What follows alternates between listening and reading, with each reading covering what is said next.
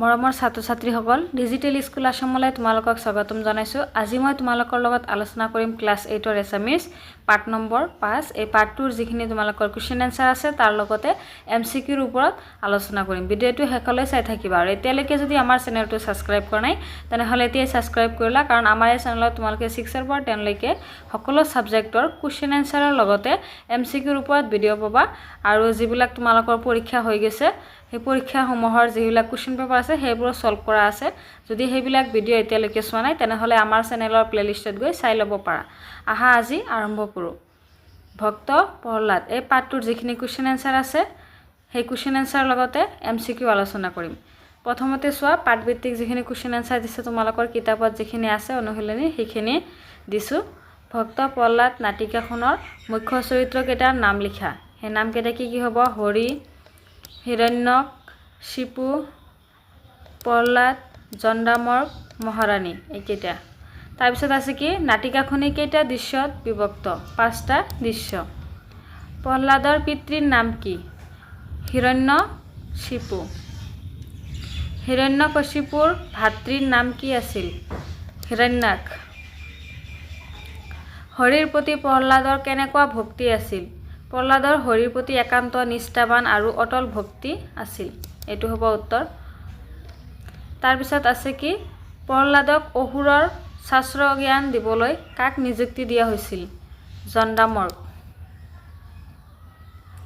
ত্ৰিজগতৰ পতি বুলি প্ৰহ্লাদে কাক কৈছিল? হৰিক কৈছিল। স্ফটিক স্তম্ভটোৰ পৰা ওলাই অহা আধা মানুহ আধা সিংহৰ ৰূপটোৰ নাম কি? নৰসিংহ। অসুৰৰ শাস্ত্ৰখনৰ নাম কি? বামানয় শাস্ত্ৰ। কি ভাৱত তন্ময় হৈ আছা প্ৰহ্লাদ? তোমাৰ কাষত আহি মই ৰৈছোহি, তুমি গমেই পোৱা নাইনে? এই কথাষাৰ প্ৰহ্লাদক কোনে কৈছিল? এই কথাষাৰ প্ৰহ্লাদক তেওঁৰ জ্যেষ্ঠ ভাতৃয়ে কৈছিল। এইটো হ'ব উত্তৰ। সেই সময়ত প্ৰহ্লাদ কি ভাৱত তন্ময় হৈ আছিল? সেই সময়ত হৰিৰ মহিমাৰ কথা চিন্তা কৰি তন্ময় হৈ আছিল। স্ফটিক স্তম্ভ ভাঙি প্ৰভু নৰসিংহই ওলাই আহি কি কৰিছিল? তেওঁৰ গৰ্জনত দৈত্যসকলৰ কেনে অৱস্থা হৈছিল? স্ফটিক স্তম্ভ ভাঙি প্ৰভু নৰসিংহই ওলাই আহি কি কৰিছিল? ওলাই আহি হিৰণ্যকশিপুক ধৰি নখেৰে বিদাৰি বধ কৰিছিল। এইটো হ'ব উত্তৰ। তেওঁৰ গৰ্জনত দৈত্যসকলৰ কেনে অৱস্থা হৈছিল? তেওঁৰ গৰ্জনত নৰসিংহৰ তৰ্জন গৰ্জনত দৈত্যসকল ভয়ত কম্পমান হৈ মূৰ্ছাপ্ৰায় হৈছিল। তাৰপিছত আছে কি চুমন্তকা লিখা। প্ৰহ্লাদে হৰি ভক্তিৰ মহিমাৰ বিষয়ে দেখুওৱা যুক্তিবোৰ একাদিক্ৰমে লিখা। প্ৰথমতে কি দিছে? সত্যক স্বীকাৰ কৰা কাৰ্য কেতিয়াও অপৰাধ নহয়। হৰি ত্ৰিভুৱনৰ গৰাকী আৰু ন্যায়ৰ প্ৰতিমূৰ্তি। এই দুটা। তাৰপিছত দিছে কি হৰিৰ মহিমা স্মৰণ কৰাটো অনুচিত নহয়। পৰম জনাই তাক সত্যৰ পথত অগ্ৰসৰ হোৱাৰ সাহস প্ৰদান কৰিছে। হৰি সকলোতে বিৰাজমান, আনকি স্ফটিক স্তম্ভৰ মাজতো। বামানয় শাস্ত্ৰ জ্ঞান ল'বলৈ প্ৰহ্লাদে কিয় আপত্তি কৰিছিল? প্ৰহ্লাদে বামানয় শাস্ত্ৰ জ্ঞান ল'বলৈ আপত্তি কৰিছিল কাৰণ এই হৰিভক্তিৰ বিৰুদ্ধ আছিল আৰু তেওঁৰ পৰম পিতা হৰি শ্ৰীচৰণত শৰণ লৈছিল। হৰিক দৈত্যবংশৰ চিৰবৈৰী বুলি দৈত্যৰাজ হিৰণ্যকশিপুই কিয় কৈছিল? হিৰণ্যকশিপুৱে হৰিক দৈত্যবংশৰ চিৰবৈৰী বুলি কৈছিল কাৰণ হৰিৰ অৱতাৰ বিষ্ণুৱে তেওঁৰ সহোদৰ হিৰণ্যাক্ষক বৰাহ ৰূপে হত্যা কৰিছিল। পিতৃক ক্ষমা কৰি দিবলৈ প্ৰহ্লাদে নৰসিংহৰূপী হৰিক কি বুলি কাকৃত কৰিছিল? প্ৰহ্লাদে নৰসিংহক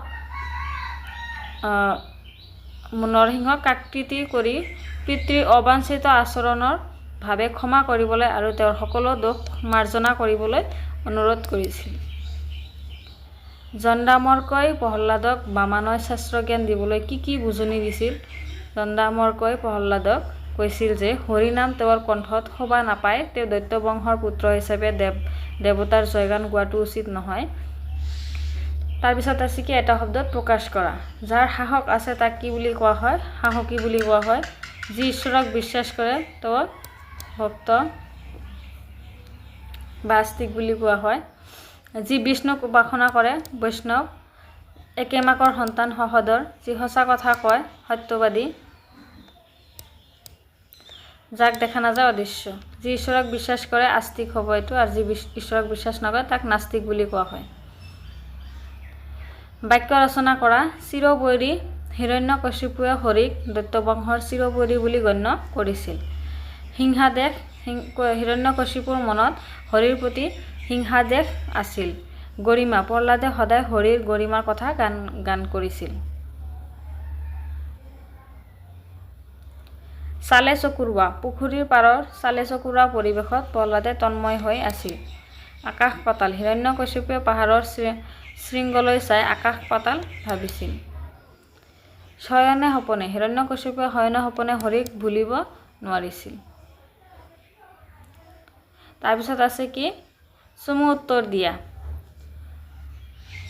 খণ্ডামৰ্কৰ পিতৃৰ নাম কি এটো কমেন্ট কৰিবাচোন তোমালোকে ইয়াতে দি দিছো উত্তৰটো দিয়া নাই তোমালোকে লিখিবাচোন কি হ'ব বিষ্ণুৱে প্ৰধানকৈ কেইটা অৱতাৰ ধাৰণ কৰিছিল বিষ্ণুৱে প্ৰধানকৈ 10টা অৱতাৰ ধাৰণ কৰিছিল বিষ্ণু চতুৰ্থ অৱতাৰটোৰ নাম হ'ল কি নৰসিংহ বামনয় শাস্ত্ৰ কি বামনয় শাস্ত্ৰ হ'ল অসুৰ বা দৈত্যবংশৰ পৰম্পৰা আৰু শিক্ষাৰ শাস্ত্ৰ প্ৰহ্লাদৰ পিতৃৰ নাম কি আছিল হেতু হ'ব কি হিৰণ্যকশিপু এটো হ'ব উত্তৰ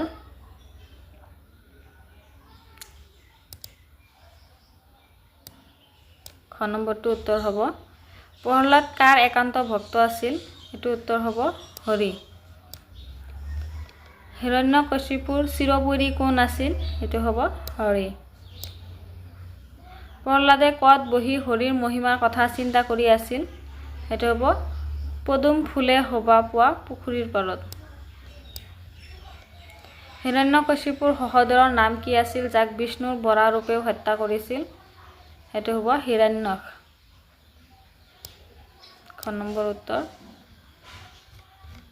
আজিৰ ভিডিঅ'টো আছিল ইমানে যদি ভিডিঅ'টো ভাল পাইছা তেনেহলে তোমালোকৰ লগৰবিলাকৰ লগত শ্বেয়াৰ কৰিবা লাইক কৰিবা আৰু কমেন্ট কৰিবা আজিলৈ ইমানে আহিছো ধন্যবাদ